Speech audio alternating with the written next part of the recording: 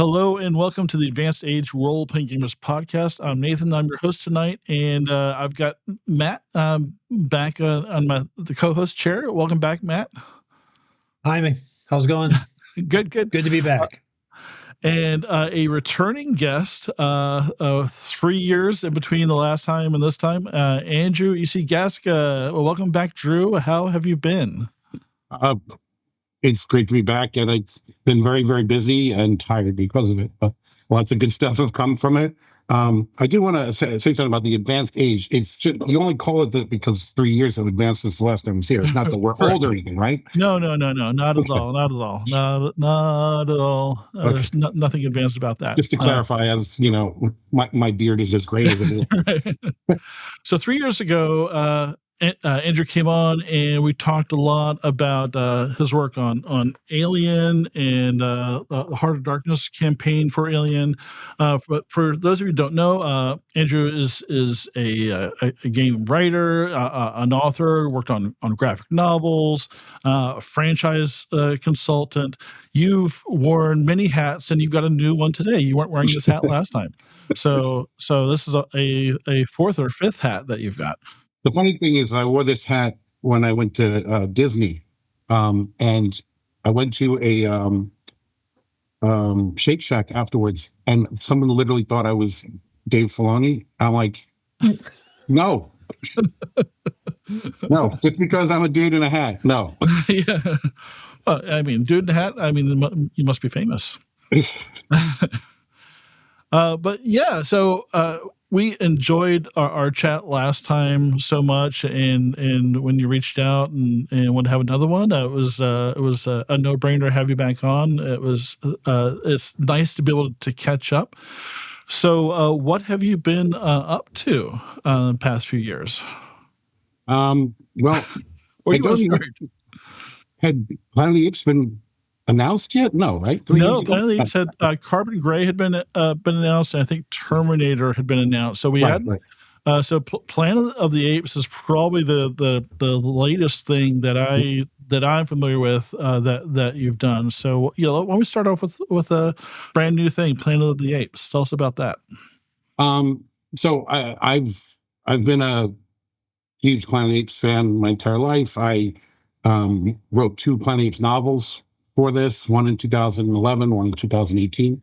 And the 2011 novel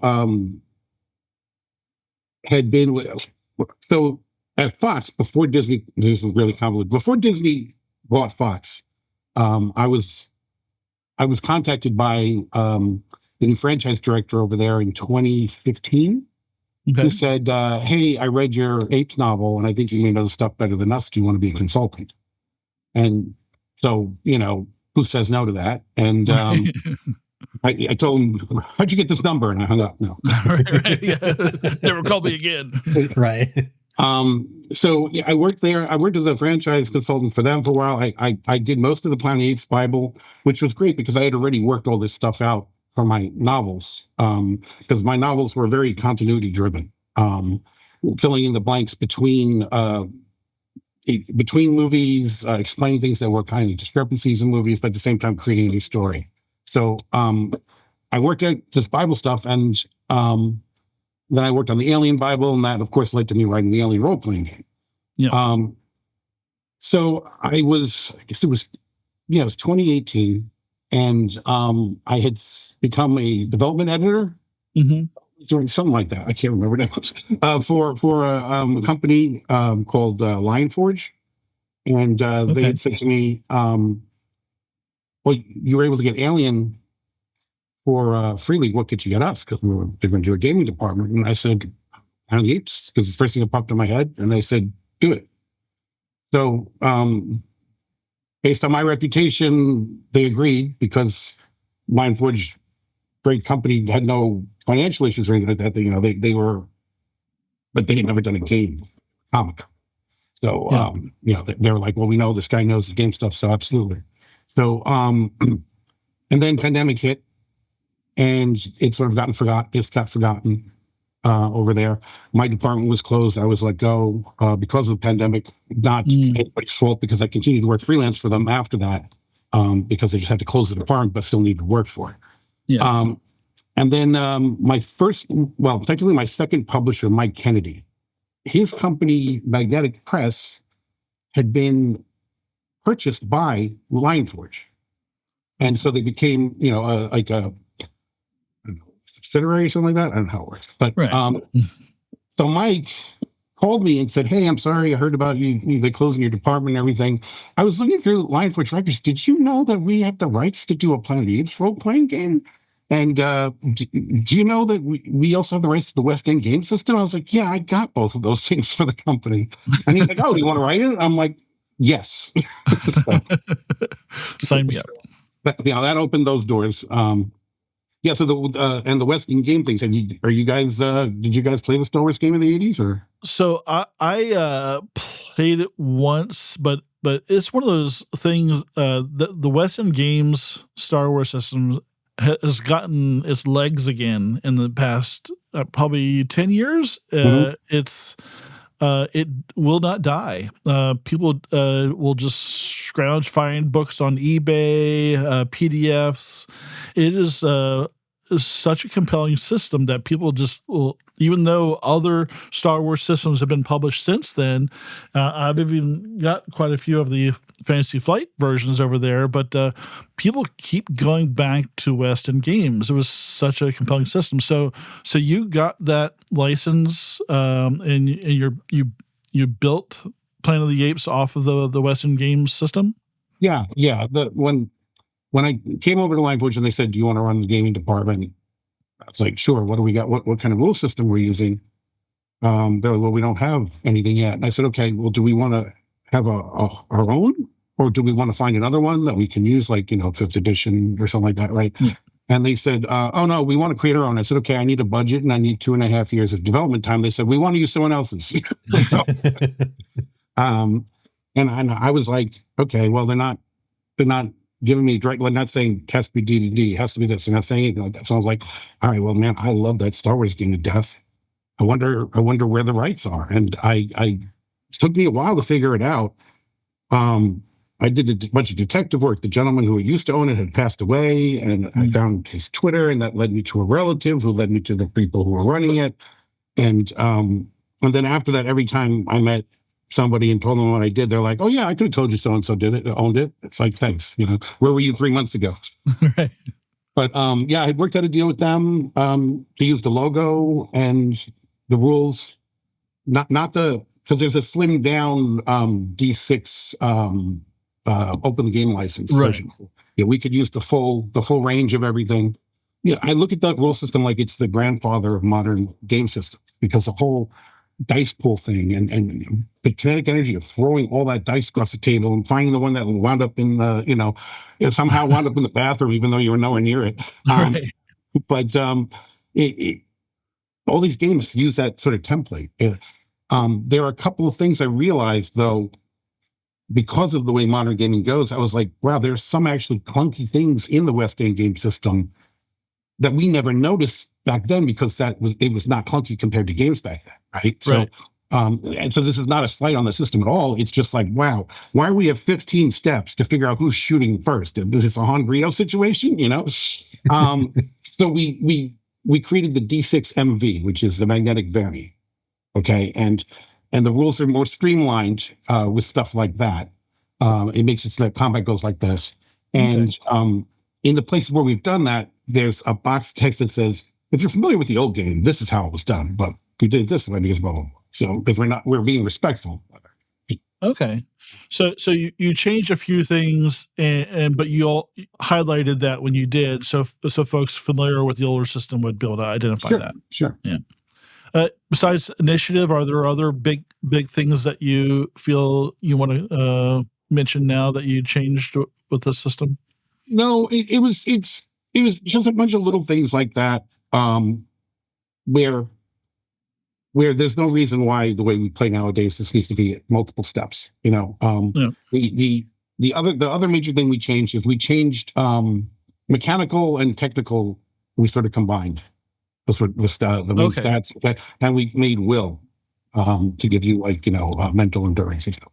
Okay, That wasn't there. And we also wanted to, like, if you looked at those old sheets, it's like mechanical had like four different skills, and then like dexterity had 37 skills listed. And it's like, no, we're gonna do 12 skills for each one, and we balanced it all out. Yeah. Free League does that a lot. They really balance out the skills matched up to the attributes. I really like that a lot, because otherwise you get people like putting everybody is like the most agile person. Yeah, exactly. You're not going to get your diversity we're all a bunch of fighters. There's not a single page here. You're not going to get that. Yeah. So it was about a balance issue, pretty much. Yeah. The core of everything, is exactly the same.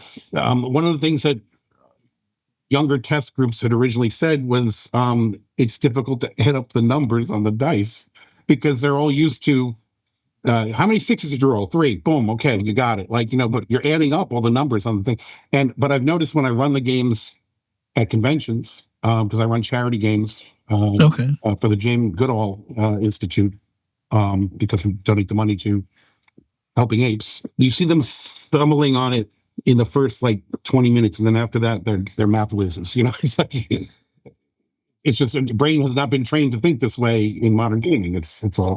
Yeah, I grew up with I played a ton of Champions in high school, and I don't know if you ever played Champions. Is all adding up the 20 d6s for stun and and figuring out the body and all that. So just to roll things back a bit. Sure. One of the things I thought about is with folks at our youthful age.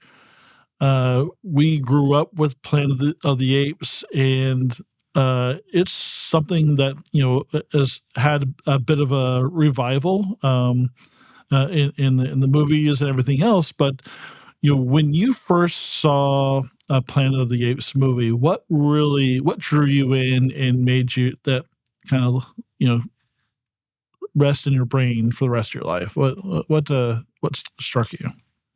It's so Planet of the Apes is like Star Trek in that if you look at it and you're a kid, you're like, oh, laser guns and beaming me up, and or monkeys on horseback. Like what? Spaceships and monkeys and but then if you're as you get older, you say, wait a minute, this is social commentary. What's going on here? They're talking about things that have happened in the real world, and they're doing it this way so they can get the message across without sounding preachy. And it's, I had actually with apes, like I guess probably the time I was 15, I sort of forgot about apes for like maybe 10 years. And it was when I was in college, I saw the movies were out on videotape again, and I was like, actually, I remember what it was. It was a holiday, and there was a marathon on one of the channels. I don't TV. What is it? The movie channel? Yeah, I think this was. But regardless, and there was a movie that I was like, I came downstairs with my girlfriend. We were at my parents' house, college, going home for the weekend type thing. I came downstairs. My girlfriend is watching it on TV, and I'm like, what the hell? She's like, it's one of the Apes movies. I was like, no, I said, couldn't be. It must be from the TV series, because I didn't recognize anything. And it was Battle, because when I was a kid on the ABC afternoon movie, Battle was too new. They didn't have it in the rotation. Oh, okay. So I was, what the hell is this movie, and why does it exist? So that, and then I saw the videotapes, and that's when I got back into it and everything. And I realized a bunch of stuff from those ABC movies when I was a kid. There's a lot of discrepancies between the films, because back then nobody had VCRs when they were coming in theaters. So like, people are not going to remember. Who cares? They didn't pay attention to continuity stuff. And I realized that a bunch of stuff that I thought happened, I made up to fill in the gaps. Like, like in Beneath Planet Apes, at the end of the first movie, Zaius arrests Cornelius, and they're going to face trial for heresy. And then in the next movie, they're best buds, and suddenly Cornelius and Zero are not fiancés, they're married, and like all these things. And I was like, as a kid, I remember thinking, well, clearly there must be a movie in between here that they just didn't have on TV, right? And it's like, no, actually, I made up all this stuff to make it make sense. And I used that as the basis of my 2 novels. What happened? You filled in the gaps. Yeah. It's frustrating sometimes because I look at some of the Planet Apes groups and it's like people are asking these questions like, well, what about this, huh? And I'm like, it's in my book, but I really don't want to just say, well, you should read my book. You should read my book. Yeah. You don't want to be that guy. Yeah, no, it's like it's hard. I have to scroll by it, and it's like I can't let them all wonder. But I have noticed that inevitably somebody's like, hey guys, this novel answered those questions. Somebody else comes in and does it. So um, it's just I want everybody to know, hey, that these questions have been answered.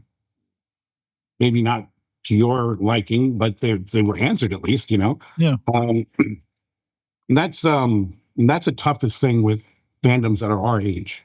When I first wrote Conspiracy, I was like, well, I officially wrote an official novel. So this is it, guys, right? And they're like, who the hell are you to tell me what happened to make that work? You weren't around 40 years ago to do that. You were a kid. And, so it's like, okay, well, to get over this, I hooked into certain things moving forward with Alien. It's like I created something that I called Barroom Canon. And it's like any alien story you've ever seen or read has happened in one way or another, even if it contradicts canon. Just the version you read or the movie you saw that you don't like, if you hate Prometheus or whatever, whatever you want. Okay. It's that version of the story was overheard by someone who was drunk in a bar, who was telling a story his cousin told him. And that's the barroom canon. Okay. So it's up to you at your table to figure out what really happened and for Apes, I called it campfire canon. Apes has a built-in get around for any of this because in the third and fifth movie, they talk about how time is a highway with an infinite number of lanes. If you change your lane, you change your destiny. So all that stuff, anything could have happened in any of these Planet Apes in a different lane of time. Well, isn't it kind of the original movie kind of lends itself, right? Isn't it all like not the original one movie? I'm just trying to remember. It's been so long. Like it's kind of a loop, right? The first five films, the end is them blowing up the bomb and they get on the shuttle and they go and they end up right back in history. And then they're going to become the parents of, right? So there's this whole kind of idea already built in that there's this infinite loop of this story. And by going back in time, they created a new line because the way I look at it is that if all the astronauts who launched into the future, got stuck in the future, wanted planes, they're all shocked when they get there, right? 2000 landed in 73, but it's 1980, and the guys launching from 1980 don't know about this because they all came from the original lane A. Okay. And when like Cornelius Zero went back in time, they created lane B. So, it creates endless different versions of things, even though everybody started off in the same timeline. From a science fiction perspective, the time and alternate dimensions, I think there are things that we keep coming back to as people, as a tool for explaining things. You've seen that, you've seen it, of course, in Marvel and many other franchises out there too. I wonder why that is. You have any thoughts on why we kind of keep coming back to like time loops and alternate dimensions and that sort of thing? Part of it is a fantasy thing that our life is so terrible sometimes that we hope that somewhere out there another version of us is having a great time. I mean, when everything goes bad, everyone says we're living in their own timeline. So this is the worst timeline. Yes. This is the dumbest timeline. I mean, we don't really know if it's the worst one. I bet you I can find you a worse one. Right. I wonder if Planet of the Apes is the original multiverse. Was there anything with that before Planet of the Apes? I mean, let's see. Is it the OG? Star Trek, original Star Trek didn't. They had the alternate Federation, right? Where they right? But I don't. Again, I don't remember the dates for those two, like right. the original. When did Planet of the Apes come out, and when did the Right. original that Star Trek come out? So it's around the same project thing came out frame, a year right? before Apes was released, but they were in co-development. I wonder if this ties. This is me not knowing my science on this, or at least my history. I wonder if this ties into when theories about this first started. maybe was maybe there was like a Carl Sagan thing that came out around that time or something. He's later, right? He's later. Sagan was 70. Well, he would have started in the 60s, right? I'm trying to remember. I was watching his show in the 70s. Gosh, we're old. I know. Oh, we got to figure this out now. On the hunt. Yeah. Okay. No, it started 100 years before that. Oh, okay. It was formulated into physics in 1957. Oh. That was the many worlds interpretation. Okay. Okay. So it was brewing for like 10 years before everybody started playing with it. So with Planet of the Apes, I think you mentioned something earlier that it's probably one of the reasons why it hung on and made its way, it did its own loop into more modern cinema, is the social commentary. When you're making characters or you're the GM designing a campaign plan, is that social commentary or those avenues baked into the game to strings that you can pull on when you're writing this game? Yeah, so we have there's two modes of play. Oh my gosh, the actual name of the one with the commentary is blanking on me, but the one that's not the commentary is called Monkeys on Horseback mode. And if you're looking for more like the Tim Burton experience, that's the mode you want to play. Okay. Okay. The other thing is it's we tell here's a list of things that can be dealt with in Planet of the Apes, and one of the things that people were concerned about before we came out with the game, and so we saw it when it was first announced, it's like, oh, so this is a bigoted game because all gorillas are going to be soldiers and all this. And it's like, yes, that is what we saw. But if in the first movie, they talk about how the quota system has been abolished. And actually, Zira has a job an orangutan normally would. And the other doctor is telling her, you've made it, why can't I? So it's the idea in the game is that we don't have a template for an ape for a gorilla soldier. We have a template for an ape soldier. Okay, so and we work this in there. It's like, you want to be a chimpanzee soldier, you can do it. Now there's going to be all this stuff that's going to story-wise that's going to be hurdles for you to overcome that wouldn't be if you were a gorilla soldier, because the gorillas are going to pants you. They're gonna until you prove yourself to them by saving someone's life or something, they're gonna think that you're a joke. Why are you here? So but that creates great role-playing opportunities right there too. And you can, without even saying we're going to deal with racism or anything like that, you're actually working out story ideas that just works for the character, and you don't even realize what you're doing. Just like as a kid, we didn't realize what we were doing, what we were watching. So there's stuff built in like that. So the adventure that's in the core book, right, is called Hunted on the Planet of the Apes. Okay, and the concept of this adventure is that some wild animal or animals are killing people in this remote province, and you're being sent to get rid of it. And nobody knows exactly what it is, but it may even be human. Okay, so you're all apes, and you're going to hunt a human. Right? So you could be playing it from that point of view, or you could be playing an astronaut. In the game, you don't have to just be an ape or just a human, or just a mutant. You get all these choices of which way you want to approach it.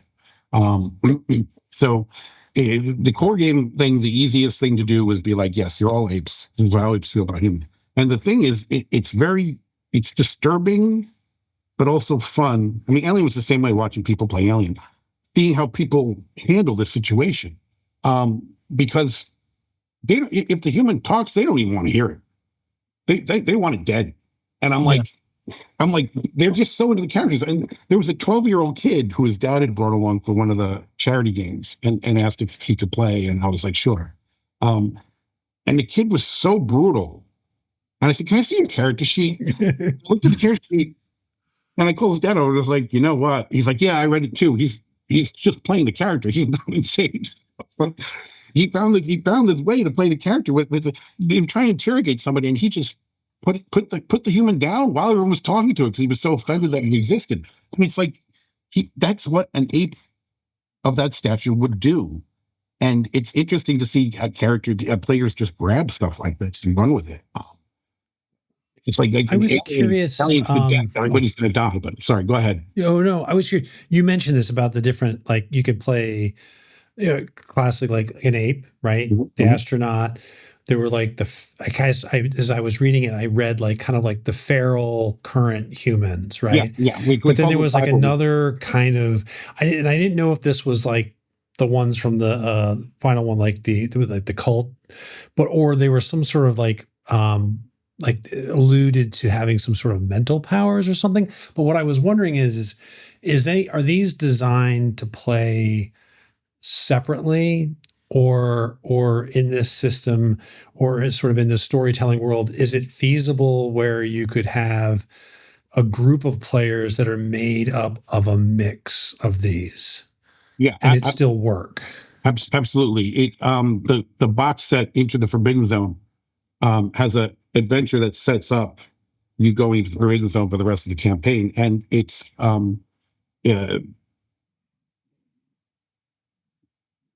I'm trying not to give away the story, but I'll just cut to this. You have to work together with people that you wouldn't, because to get out of this alive, and you do, and then you develop into a band in the process. Oh, very cool. So, would a gorilla want help from a human? Not necessarily, but if it was the only way to get out of the situation, they might take it and then try to kill a human later. So, and we built things into the pre-gens for that like, for example, the scientist character found out that the retired ape soldier farmer had humans stealing food from his field, but he allowed it because his dad had secretly kept a pet human when it was young, and he loved the human's company. So the scientist finds out about this and was going to basically stay at his farm and record what the humans do, and so we don't hate humans, we don't understand them when we're starting. So it's sort of like when Cornelius Zero opened to try and figure out what the deal was with Taylor. So yes, the opportunity is for that. We originally had that adventure in the core book, and I realized, you know what, you need to understand and play the game just really simply first before you can go into this crazy box set idea. So we moved right. Yeah, you can play two different types of mutants and two different types of humans, and then obviously the three types of apes. The mutants are the ones from the movies and the ones from the animated series. I don't know if with that they were very different. The humans, you can play the tribal humans or you can play the astronauts. The tribal humans, you need to be, if you're going to play a group of tribal humans, you're fine. Okay, but if you're going to play the one tribal human or in the group of mixed, there are rules that make this difficult. First of all, you're not allowed to speak at the table. You have to convey what you want to do without words. Okay. Now, when it comes to skills, you and one of the apes could always take, when you're creating your character, sign language. And then you can communicate through sign language to that ape. But if you don't, then it becomes like it's a challenge. It's like we say, don't do this unless you really want the crazy challenge, because that's what it would be. It would be, if I'm playing your dog, I'm going to talk to you. What are we talking? The cartoon? Then sure, that's fine. But so we tried to think about all that stuff. The mutants have the mental abilities they do, but they also are very physically weak comparatively to the others. So there's balance on everything. It's no different than if you look at Dungeons and Dragons, and it's like the old school Dungeons and Dragons where a wizard had less hit points than a fighter. Right. He had that to make up for. So yeah, so we want to encourage crazy play from anything that anyone wants to do. Yeah, I really like just the idea of playing in something that's like so different from where we are, but also what one thing that it reminds me of is when you're playing something like Vampire or whatnot. It's like, what what is it to, where's my personhood or my humanity, and what does it mean to be a person? And I think with Planet of the Apes, if you're playing like a feral human and or some of these other things, it's like where you could have some pretty compelling role play depending on what your group was like. I think you could tell some pretty cool stories with that kind of baked into the system. Yeah. Anyways, so I'm sure that was that's really part of the vibe of the story. So that had to be something you were thinking about when you were writing this. Yeah, it's interesting because it's like I shopped Alien around for 18 months before Free League. I got in contact with someone who knew Free League, and I didn't know Free League at all. And I was like, I can't find a company who wants to pick this up. Can you? And because for 18 months I shopped it around, and everyone's like, oh, it's a one note thing. Nobody's gonna. I was like, no, it's this huge universe. And then the same thing happened with Planet of the Apes. It's like the story's been told. It's like, no, there's tons of stuff here, guys. There really is tons of stuff. And even working with Fox, they were like, you sure you don't want the license for the new it's 20th Century Studios now with it, but you sure you don't want the license for the new Planet Ape stuff? And I said no, and there's multiple reasons why. It's like, first of all, it is grounded in reality so much that it doesn't have these bizarro sci-fi elements that the classic stuff does. There's no time travel. There's no mutants. There's no weird beasts in the Forbidden Zone. There's none of that stuff. And that's all fertile territory for role-playing games right there, And on top of that, it's like working with an active license can be a disaster. I've heard stories of, a comic book that's mostly done. The first 2 issues are out, and then they change something on set. And so the 3rd and 4th issues have to be thrown out, and they have to rewrite completely new things because you can't use that character anymore. And you can't just change their name. And it's not worth it, Well, even with Alien Evolved, this was delayed a little bit because the movie came out, and they decided to wait a little bit so they can incorporate some of the technology, the ships and weapons and things like that from the new movie into the book. So yeah, that's active license. I could see that does add another layer of complexity there. So how many books and materials do you have available for Planet of the Apes right now? We have the core rule book, which is 308 pages, so big. And it has everything in it for you to understand the basis of ape society and basically make Planet Apes however you want. Right, so there's enough in there that you could recreate stuff you see in the movies and stuff, or you could take it wherever you want. The next book is the ANSA Files, which is a source book for the first 5 movies. That book gives you all the hardcore stuff from the movies in it. It's divided up into 5 sections, 1 for each film. Well, actually, it's not true. 1 for each time period, so it's 4 sections. There is 5 because we added one. All right, let me start that over. You don't have to edit or anything. Let's just, okay. This is my ADHD talking. Okay. There's different time periods in the book that you can play. Okay. I had this crazy idea that I thought for sure we were going to shut down, but I ran with it, and and it was getting so cool. I decided, you know what? If they shut this down, we'll just take the stuff and make it a different game. But there's a huge section on just playing the Cold War astronaut scenario, like before, like in the 1960s. I set it up in a way so that if you don't show anybody what they're playing, like if you give them character sheets that don't have the names on it and stuff like that, you could actually run this campaign, which builds up to you taking this launch into space, and then you could have your people land on the Planet of the Apes. So it's. I did a lot of flashback stuff in the second novel of The Death of the Planet of the Apes, which is called, showing why Taylor was such a cynical bastard, everything that he had gone through in his past that led up to this. And I wound up dealing with ANSA, the space program, a lot in there. And I approached it that NASA is the civilian space program, but ANSA is the military.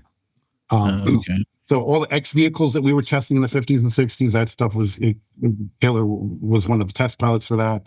I won't get into details of all the crazy stuff that happened, but like they had previously stated he was in World War II, and that he was in the Korean War, and so I had him go through all this stuff, which shows this is why he lost faith in him, and why he's the person he is, who winds up actually blowing up the world. Spoiler alert if you haven't seen the movie from 1970. So I was like, wow, there's all those X-planes we could have stats for, and all this cool stuff. And so, so I put it all together, and I'm like, man, I really hope they approve this, because this is off the rails a little bit here, you know. There's not a single ape in any of this, and they loved it. So I was very happy with that. You can play the time period of escape when Cornelius and Zero go back in time to 73. There's options and stuff built into there, is that maybe it's not Cornelius and Zero who go back into this timeline. Maybe you and a scouting mission of apes who have this ship do this for some other reason. And you could take this in another crazy tangent completely. There's the conquest of the Planet of the Apes time period, which is when apes were servants to humans. I had a lot of fun with that, because so many crazy things that they've come up with, that if you look at the timeline, all works together. Like on the TV show, one of the characters was talking about how they had I can't remember what they call them, but it was like disposable clothes. Like you put them on, and then when you're done, you just wash them down the drain. And like there was all this other weird stuff that they mentioned that they had back, and it's the same time period. So we worked it all into that, and it's just a lot of fun. And then there's the Battle of Planet of the Apes era, which is, right after the bombs have gone off and everybody's struggling. So, and then of course the ones from the first two movies. So it gives you details on every one of those periods. It's 312 page book. So much beautiful art in there. We've got one of the artists did these amazing exploded views of the ship from Liberty One, the ship from the first movie, and also the big Gemini capsule from the animated series. It's funny because when I watched the animated series as a kid, I was like, "That's Gemini is huge, right? It's ridiculously huge." And then I found out that I don't know if they intended that or they just didn't know scale when they put it in the animated series. But there was something called the Big Gemini that was planned that was supposed to carry like 30-something astronauts into space. That they were working. Oh wow! And there's a prototype somewhere on display in some museum. But I was like, wow, this is a thing. Great. That's what that was. So it's a lot of detailed fun stuff. And then, so that's that's 2 books. And then we've got the box set, which is the Into the Forbidden Zone. And it is a campaign set in the Forbidden Zone with a inciting adventure that gets you there. It has a GM screen, it has dice, it has encounter cards, it has a ton of stuff, and it has all these maps. And we have coming out in September, I think. It's called Alone on the Planet of the Apes. It's the solo playbook. Okay. And I was going to ask you about that, because there are some of these scenarios and these timelines really, to me, sound like they lend themselves to either solo or 1 or 2 people. Like if you're the 2 chimpanzees that go back in time, you could really see one person, taking turns jamming. And then of course, if you're the astronaut, that could be a very solo experience, right? So that's awesome. Yeah. I mean, we were approaching it as like, okay, well, there were 4 astronauts on that ship. One died before they landed, and then 2 of them were killed later. So they started out as a party of 4, So, yeah.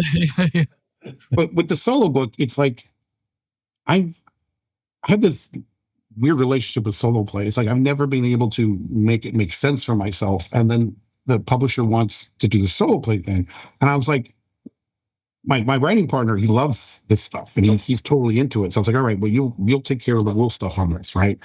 And I was just like, I just don't get it. I really don't get it.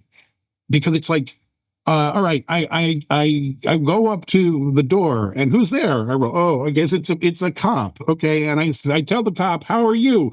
Oh, he's angry at me. Like, I don't get it, right? But I realized while we were working on it that this thing is an amazing tool for making adventures as a GM for others to play as well. Mm-hmm.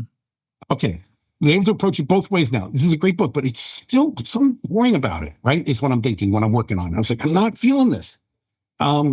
It's so many tables and stuff like that. What can I possibly do? And like 4 hours before we were supposed to turn in the final draft, it hit me. And so there was no sleep that night. And I was like, well, I started off hating this. So, and I don't anymore. But what if the book is written? What if solo play is a human invention, and the book is written by an ape who despises solo play? So, and so I was able to put that voice into everything, and the editor was like, I can't stop laughing reading this thing. This is amazing. So when you open up the book, the first thing it says in big red letters, do not read this book. And it's a letter from the guy telling you how it's blasphemous and you shouldn't read it. And it was so much fun. I'm so happy with that book now. And I hated it so much when we started. I was like, this is what happens when publishers want to do things and they don't talk to the creatives first. Blah, blah, blah, blah, blah. No, this is an awesome book.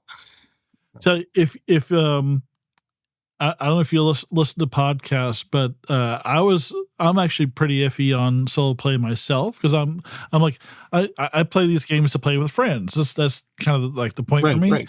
But there's this podcast that is done so well. It's called Tale of the Manticore.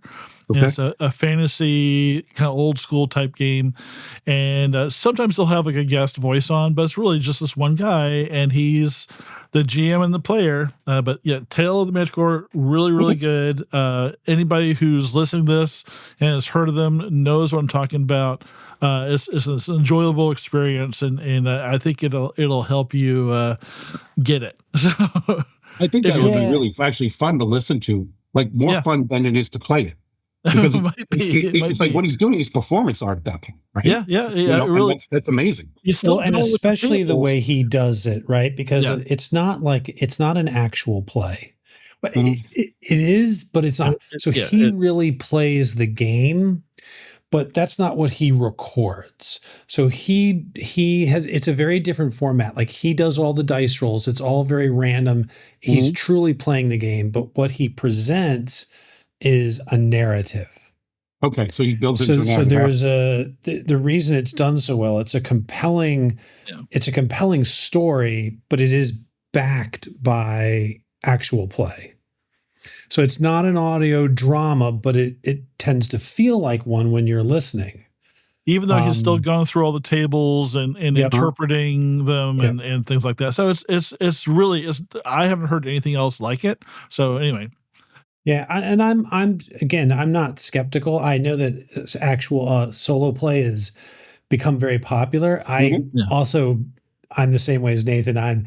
It's a very social experience for me. But I know I used to like choose your own adventure books. So, I mean, that's a different thing though. It's like, I love that. So I wrote 2 choose your own adventure graphic novels that came out from One Press in the 3 years, somewhere in those 3 years. That's the last book. They were adaptations of the original books into graphic novel form because they had never been comics before, which was a fun challenge also, because so much of that stuff that you're inside the character's head, and that doesn't work in comics. You have to find a way to translate this into action and dialogue. And there was like, one of them was called 8th Grade Witch, and the other one was called Journey Under the Sea, right? 8th Grade Witch, when she's trying to solve the problem that's going on, she has to go to the school library and use this giant computer that takes forever to get on the internet, right? In the original book, right? She's carrying around this massive like flashlight you could club someone over the head with, and she's got a walkie-talkie and all this stuff. And I was like, so she has her cell phone next. Right. We had to adapt it because it's for kids, we needed to adapt it for something that they were like, what is this nonsense? But that's those choices that it's branching, but it's still linear. The branches are linear. It's not this rolling the dice, because it just takes me so out of it. Like you put me in a situation, if we're gaming, right, and you're the game master and you say, okay, you come to this thing, you're going to jump or are you going to go back the way you came? You're telling me the same thing that the book is telling me when I'm reading the Choose Your Own Adventure book, and I make that choice. But with the die roll thing, it's just like there's no reading; it's just keep rolling. But like I said, I've found uses for it for my own personal stuff now, as because I don't know to do this adventure. I need an adventure real quick. Boom, boom, boom, boom. Wow, I've got an awesome adventure. I know that when they meet the cop, he's going to be pissy no matter what they say because I already rolled that. And then that's a challenge for them to not be to figure out how to make him not angry, as opposed to accidentally making him angry when we get there. It changes the way to look at things, and it's a good app for that. And we had a lot of with playtesting with the solo stuff. We had a lot of positive responses, so that works on that level, it works on this level, and it's a funny read now. Is Magnetic Press going to be at Gen Con this year, or? They are not, but I am. I will be there at the Lurkers Loot. Lurking Fears is a company that basically they run. Companies are like, hey, we want 20 tables playing Call of Cthulhu at this convention. They run all that stuff, and they started a store to sell the games that they run. And I will be there. They have, for this past year, since Magnetic was unable to do conventions this year, they have been the source for getting the Planet Ape stuff at convention. Okay. So I will be there with them signing books and running charity games, and hopefully winning an award or two for Apes or Alien. Matt and I are yeah, we'll have to see you there. Oh, yeah, we'll drink or something. Yeah, that would be great. So yeah, just haven't got my plane ticket yet, but we have our media passes. I haven't either. I need to get one. I did get my plane ticket also. What I have everything else. Right. Well, I wasn't sure I was going to fly. Yeah. So we'll tell you. So we're all old here. Matt almost quit the podcast the hard way. Yeah. So very early this year, and we're very lucky to have Matt still here to play games with and chat with. So yeah. Well, life is life. I did really well on my death saves. Was this user error, or were you just in the wrong place at the wrong time, or no, long-term life choice? Long-term user errors. Yeah, long-term user errors. Well, I'm glad you're here. I am glad to be here too. Otherwise, I'd just be talking to this guy, and Yeah, nobody wants to start to me. I'm like, I'm a dumbass. So it's a good transition to Alien. So Matt and I and the rest of our gang have played more Alien in the past 5 years than any other system, and this is what we talked to you a lot about last time. You were the setting writer for the whole entire Alien franchise. And as we mentioned, there's two of them now too. So when it comes time to vote for awards for UK Gaming Expo and the Ennies, keep it in your thoughts there. I mentioned this earlier too, but I ran this adventure, Heart of Darkness, this whole box set for my home group, and I'd love to hear about how that went, because it's I don't know what happened, but it seems like Heart of Darkness is the one that got forgotten in the shuffle, because everybody talks about everything around it, and it's like they like, oh yeah, I didn't get that. I don't know what happened with promotion wise or whatever. Yeah, I don't know. So we started with Chariot of the Gods, and we did Destroyer Worlds, and so I wanted to finish it.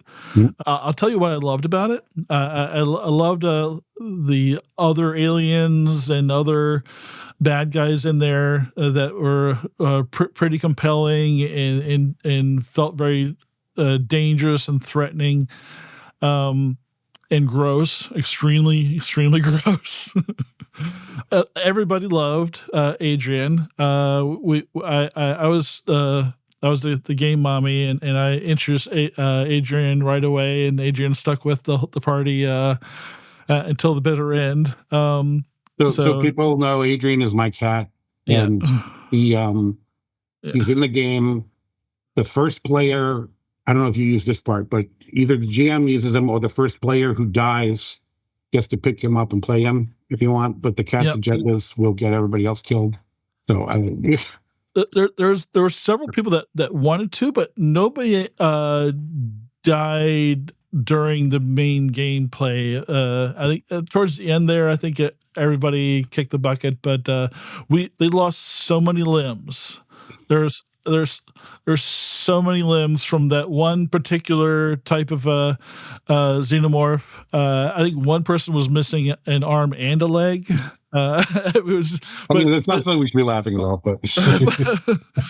but still, I was, I had fun. But no, so it was really good for those things. The backgrounds of the folks were pretty good. There's a lot of I like interparty conflict. I'm weird like that. So there's lots of areas for backstabbing and betrayal, and so that played out as you would expect. And there's a lot of tense moments. And I think my wife threw something at me at one point, but it's all good. We're still married. The hardest never part GM your wife. Right. Yeah. The hardest part for me running it was really the maps, because there's so many levels, and how you get from level to level was not always super clear to me. And of course, with the old eyes and the light green on dark green maps, it's hard to see where the ladders were versus the central shaft, and so moving around, that was a little tough for me, and it's not unique to this adventure. So the other cinematic adventures, one thing is that was different was there are the events, and then there are the encounters in actual levels or rooms, and there's a lot of kind of flipping back and forth between the first act events, second act events, third act events, and which floor they're on, and kind of. So I kind of had to really plan ahead, and with the characters being able to be so mobile, I really couldn't plan for everything. So there's a lot of flipping back and forth, but all in all, satisfying. What's that? Well, I'm glad you enjoyed it, but I'm curious about that. Did you have the same issue with Destroyer and Chariot? Yeah. Because I think it's just like I knew one of the things that they've done with the second edition is they've tried moving things to make also like information is given in better places now from what I've seen. So it's these are things that they've addressed. I personally really love the green on green maps. It's beautiful. I designed those maps. Okay. I did not. The finished graphic design version is somebody basically going over everything I did and redoing it. But I drew out the levels and everything, and I marked there's an elevator here, there's a ladder here, whatever. So I know that there's tiny. It's very tiny in certain places and stuff, and we are old and we have old eyes. But that so that's not something I did, and I understand the issues that people have had with the colors. So it's a shame because the colors are not like that on the map anymore. But at the same time, you do have to be concerned about, can we play it like this or not? Yeah, it's one of those. It's really even the layout in the book too is gone for white pages instead of black. I like the black pages. So it's and it's a very very cool people who were asking for white pages. Like I was like, well, how do you want white pages? That's what people wanted, and that's why it's done that way. Yeah. So I get it. I I know why they did it. I get it, but still, the art is fantastic in Heart of Darkness and in the new books too. Like this new cover is like fabulous. I just love this. Mm-hmm. For writing the setting for Alien, any particular challenges that stood out to you, or things that you particularly enjoyed about writing the setting? I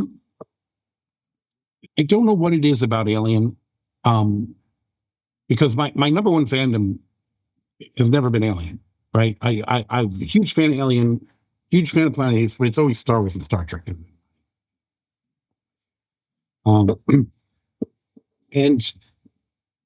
But there's something about like the way the universe ties together and the darkness of it and everything like that really speaks to me, I guess. All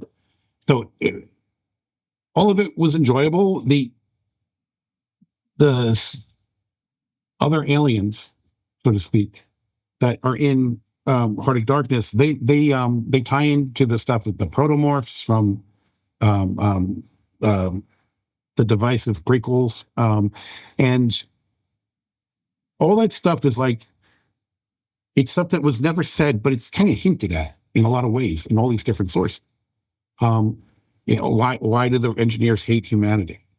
Well, what if this is what happens to humanity when they, when they're introduced to the stuff, the black goo, and this is the thing that they were afraid of, and maybe this thing is responsible for ruining the engineers' empire, and all these questions. The trick is to give enough so that it's, is this what happened? But we don't say this is what happened. Right. It's one of the things I think is interesting about everybody who gets upset about the engineers being only 9 feet tall instead of 20 feet tall, and it wasn't a helmet in the first movie; it was a head, and da, da, da. Well, I mean, here's something. What if the engineers actually learned what they know from that other race and basically took their technology, and maybe they killed them and took over? I mean, it's like it. And if you look at some of the stuff that kind of alludes to that, if you look at the concept art for Covenant, because there was some like they're 20-foot bodies, that looked like they did in the first movie. So there's all these different things, and it's like, well, is it this or is it that? And the problem with that most people have with Prometheus is that it didn't answer any of the questions, right? And that I think that's where it went slightly wrong, because the trick is to answer these questions, which make you say, well, wait a minute about the next thing, right? So that we feel like we learned something, but wait a minute, is that right? Because what about this? Then you roll credits. You know what I'm saying? It's you don't just be like, I don't know, roll credits.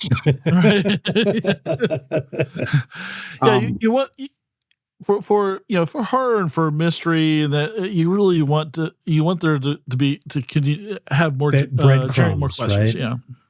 Yeah. It's in the Colonial Marine source book. I kind of answered the Octuran question. They mentioned the Octurans, right? Yeah. Either they're another race that the engineers seeded, so they have human-like DNA, right? They're slightly different, and it's so funny because people who hate one or the other always notice the one they hate and not the one that they don't in there. But it's also indicated that hundreds of years ago, a colony ship went missing in this era and may have crashed somewhere in the system. And these people may have genetically, like with science, adapted themselves to survive properly on this world. So they could just be humans. Like, the people who hate the idea that they're humans and wanted to be aliens don't seem to notice that I said that they could be that also. But because we don't know, it's better to have you do it figured out on your table. Yeah. I think my favorite thing that's happened in regards to the alien stuff is Alien Romulus. Like, I have some issues with the movie, most of which I think were studio choices, not the director's choice. I mean, I on Reddit, I saw when you're sitting there watching the movie, the stuff that takes place on the planet, did anyone else feel like they were playing a Gaska campaign? And like it feels a lot like the stuff that I was creating for Destroyer Worlds and stuff like that. And then the director said in an interview that because Alien has been controversial on the movies, of the past, I don't know, 20 years, he wanted to look at what were the most popular non-movie Alien things there were. And it was Alex White's novel, The Cold Forge. Sorry about that. The video game Alien Isolation. Right. And the Alien role-playing game, specifically Chariot of the Gods. And I don't know, have you seen Romulus? Yeah. Okay. Well, the syringes in Romulus are the same ones from Chariot of the Gods. Oh, okay. I'm sitting there in the theater watching this, and I've got friends on the other side, and I see their heads slowly turn towards me. I don't get any money for that. I don't get any acknowledgement for that. I created it into the franchise, and now it's part of the franchise. And I knew that was everything I do for it. That's what it is. And I'm fine with it. But it's nice to see that the director thought that was really cool. I mean, the syringes have, this thing is either going to cure you or turn you into a monster. Right. That's the whole thing. Do I take the syringe when I'm in the game? Right. And that's literally what happens in the movie. So it's nice to see it having an effect on the franchise as a whole. That's pretty cool. Yeah. It's not like I did this thing and people were like, that's nice, and they ignored it. It's becoming part of the canon. And it's nice to feel that I contributed to something that I loved, Yeah, and these are things that stick around, long after we're all gone too, because these franchises have really caught a hold into not just the American psyche, but really Alien is pretty global phenomenon. So that's pretty fucking cool. I can't wait to play more Alien. Matt and I were just talking about that before we got on. I do have the next Rapture Protocol game not too far away from here. Before we wrap up here, I do want to touch on some of the other things you've done. You've come out with a Terminator RPG and Carbon Gray. I know Carbon Gray uses that Wesson Games system also, right? Does Terminator too? Is that no? Separate? Terminator was not Magnetic Press. Okay. Yeah, Terminator. I did. I wrote all the lore for the core book, the campaign book, and for the T2 book. The game didn't have really great distribution. It didn't quite break it to the United States very well. Okay. So I don't know what's going on with it right now, but I love Terminator, and it was great figuring out that nonsense, especially since, and I say nonsense because the way Terminator license works, it's a different license for each movie. Oh, okay. Because the rights are split all over the place for Terminator. Okay. Wow. So when we did the first book, the challenge was, okay, you can use all first movie stuff, like including the comics and everything like that, right? But you can't mention anything from T2, but we're probably getting the T2 license. Oh my gosh. So I have to not contradict T2, but not specific. And that was really a challenge. Okay. And then they did get the T2 license, and we were able to basically finish the sentences that I started in that with the second one. Right. But yes, how do you say these things without breaking everything? So it was interesting. Yeah, you're playing in somebody else's sandbox, right? Is there anything else that you're working on that you want to let us know about? Anything? I have some big stuff that I'm working on right now that I can't talk about. Some of which I believe is going to be announced the third week of June. Okay, not too far. Yeah. One thing that we forgot to mention about Planet of the Apes is that we did a detailed line of miniatures as well. Oh, yeah. Actually, I'm looking at them. They're right over on my other screen over here. There's do you know who designed those or who made those? Oh my gosh, you're asking me this question. Hold on a second. I feel terrible that you're asking me this, and I don't know the answer right off the top of my head. 1 second. Yeah, but they look really good. There's quite a few sets of them. It looks like some classic characters in there too. Okay, yeah, okay. I knew it was David Arboris, and Daniel Fernandez. They're the sculptors. They sculpted everything for us on Carbon Gray as well. Okay. I was wondering because I was just looking at the Carbon Gray and I was looking at the minis on that, and I was like, "Hey, those look a lot." I was trying to see if they had identified the great guys. I do everything I can to make sure that their job is as easy as possible. So with Planet of the Apes, like for Alien, for Terminator, I wrote stuff, right? But for Planet of the Apes, for Carbon Gray, I was creative director. I was art director. I even with the miniatures, I helped them realize them. It was everything for several years of my life, which is why I'm so great now. Because it was a lot of work, and I'm so happy with the results. Like even the graphic design, my friend who did the graphic design on Carbon Gray fell ill while we were already on Apes, so I finished it. In the end, I did over 80% of the graphic design. Even the graphic design on that, so much learned from what we did on Carbon Gray, because Carbon Gray is sort of like the first Alien book, and I didn't do the graphic design on the first Alien book, but where things sort of flow throughout with the text, right? And so people are having trouble finding things like people were complaining about on Alien before. And it was an issue on Alien. I think I loved the way everything looked, but it's like, wait, I can't find this rule, you know? So, you know, the second edition takes care of all that part. So, but regardless of that, I made sure that in Apes, like, if it's a rule, it's going to be this blue box.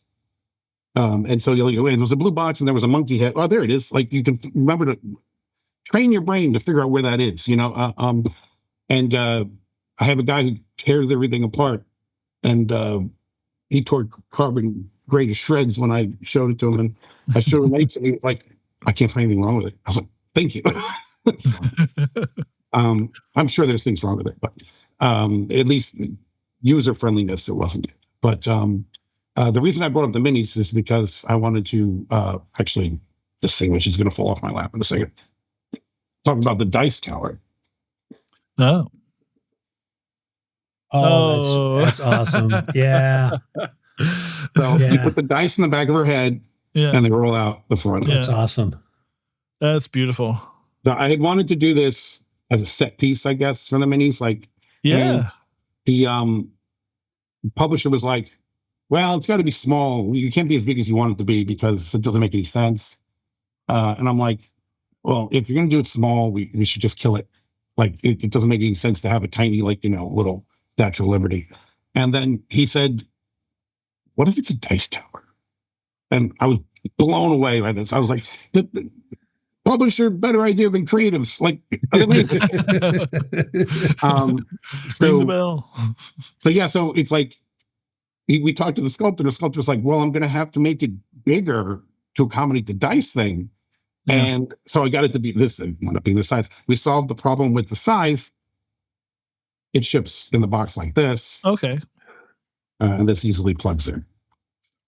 And I wouldn't even glue it because this way you can dismantle it for. Yeah. I'm so happy with this thing. It makes me. You want that the GM wants that sitting on the table and right in front of him. Exactly. Sure. And I think it's a pretty good price. It's $50, I think. Okay. And that's pretty good for something that size, you know. Yeah. Some of the Star Wars minis get super expensive. So. Right. If it's Star Wars, you could charge $100 for it. Well, the license also costs a fortune for Star Wars. So. Right. You'd make a nickel, but right. Drew, if I can call you that, of course. Thank you so much for coming. Let's not make it let's not make it 3 years for the next time. Sure. But hopefully we can catch up at Gen Con. I'll reach out. But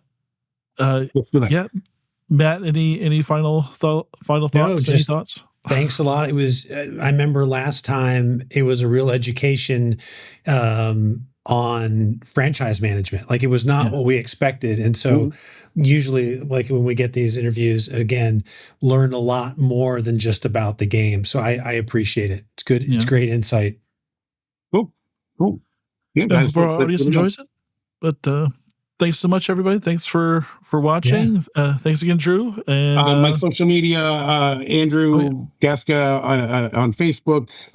That's probably the best way to reach me right now. If I always answer questions, if fans have questions, sometimes it takes me a few weeks because I'm on deadline, but I will answer your question. Don't feel like you can't reach out to me. I also haven't been in the Alien group much lately, but that's not on purpose. But the Planet of the Apes fan group also.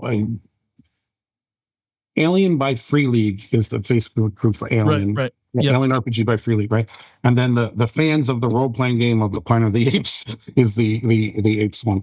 I will jump in. You tag me, I will answer questions. Okay, I will include those links in the description for the video, and as well as links to Magnetic Press and your other books. You're quite prolific. Thank you. Awesome. Thanks again, and have a great night.